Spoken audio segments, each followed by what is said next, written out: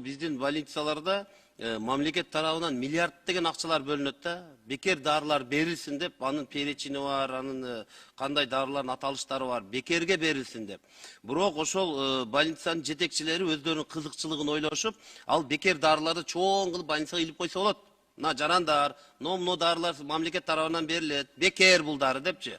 Бирок аны алар илгиси келбейт да, себеби ал жерде алар сатат ал дарыны. Мамлекет бекерге берет, а врачтар ал дарыларды сатат пациенттерге.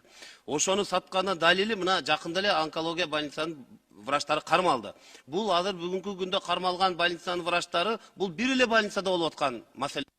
Мамлекет миллиард деген акчаларды бөлүп берет, а бирок врачтар аны бизнес кылып чөнтөгүнө алып отурат да. А чыныгы максатына мамлекет бөлгөн акча жетпей атат, акчаларычы.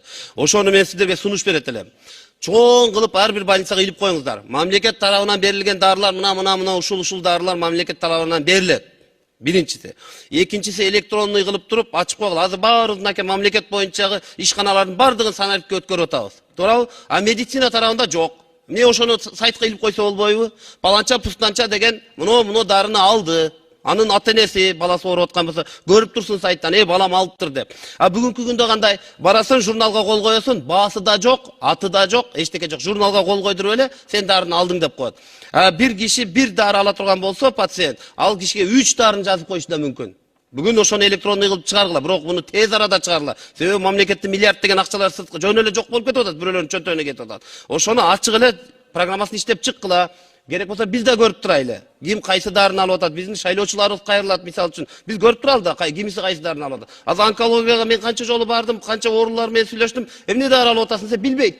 Kança alıp atasın sen bir jurnalga kol koyup atan bilbeyt. A mamleketten hazırlemesiga aytып берейин. 2025 жылга 860 milyon so'm böl. Bu milyard деген бул оңор акча эмес. Бирок ошо өзүнүн максатына жетпей атат. Мен сизден суранам, ушуну көзөмөл кылып, тез арада ушул программаны иштеп чыгыңыз.